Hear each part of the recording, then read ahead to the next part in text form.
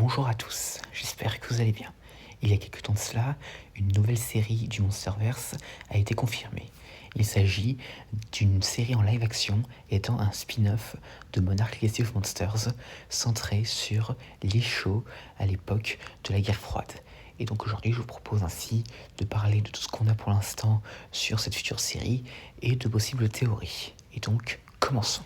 Alors, pour ce que l'on sait jusqu'à maintenant, donc cette série sera dirigée par Joby Harold et qui mettra en vedette et sera produite par Wyatt Russell, donc l'acteur jeune de l'Isho.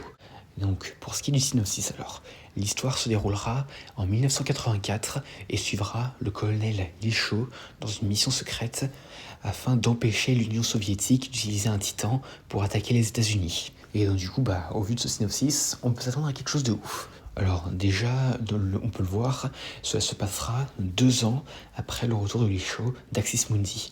Parce que, pour rappel, je vous fais un résumé au cas où vous avez oublié certains, l'Isho est descendu dans Axis Mundi en 1962, il est resté 20 jours, et après quand il est revenu, il était en 1982.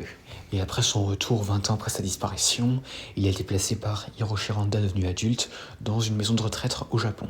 Et il semblerait donc que Monarch veuille le sortir de la retraite. Alors pourquoi ils le choisissent lui, on ne le sait pas encore, mais on le saura certainement avec la série. Mais en tout cas, l'autre question qu'on pourrait avoir, c'est pourquoi l'Union soviétique voudrait-il utiliser un titan? Et surtout, comment ont-ils découvert ce titan? Parce que à ce jour, les titans ne sont pas vraiment connus du grand public.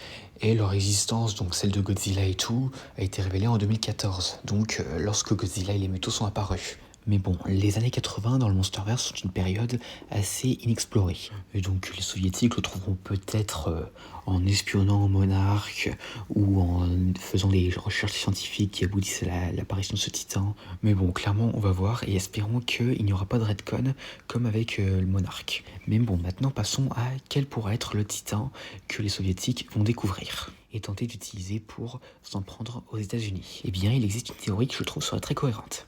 En effet, si vous connaissez bien le lore, vous savez qu'il existe un titan qui dormait en Russie et où Monarch y avait établi un avant-poste. Et ce titan, on le connaît bien, car ce n'est autre qu'Amuluk, le titan qui a affronté Behemoth dans Godzilla Dominion et Monsterverse Declassified. Et croyez-le ou non, mais Amuluk a de bonnes chances d'être ce titan, car en effet, comme je l'ai dit, il dormait en Russie, dans la formation rocheuse de Manpopunior. Et en plus de ça, selon certains dires, le titan qui apparaîtra dans la série serait un titan horrifique.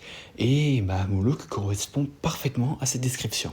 Et en tout cas, si c'est bien Amuluk, eh bien, ce serait l'occasion parfaite de le développer, étant donné que pour l'instant, il n'a été exploité que dans Godzilla Dominion et Monsterverse Declassified. Mais par ça, il n'est jamais apparu ailleurs. Et d'ailleurs, c'est lui, peut-être qu'en fait, les soviétiques seront ceux qui le découvriront. Et après que Amuluk et les soviétiques aient potentiellement été vaincus, Monarch construirait ainsi son avant-poste. Et donc, alors aussi la possibilité que Godzilla apparaisse dans la série, eh ben, on aurait pu en douter pendant un temps, mais il a été confirmé que la Toho est impliquée dans le développement de cette série. Et donc, du coup, cela veut dire qu'une chose, Godzilla sera dedans. Parce qu'en effet, s'il y avait que Amuluk, eh bien, on ne créditerait pas que Toho a participé au développement. Par contre, ne vous attendez pas à voir Kong parce que l'Isho n'est jamais allé sur Skull Island. Et au passage, ce serait le premier projet depuis 2021 centré sur Godzilla où Kong n'apparaît pas. Et en plus de ça, si Godzilla est bien dedans, eh bien, ça nous permettrait un peu de voir pourquoi l'Isho le voit tel qu'il est dans la saison 1 de Monarch. Donc quand il croit aider Godzilla en fermant les portails de la Terre creuse et d'Axis Mundi, etc. Donc un peu quelqu'un qui, comme Serizawa et Madison Russell, est vraiment pro-Godzilla.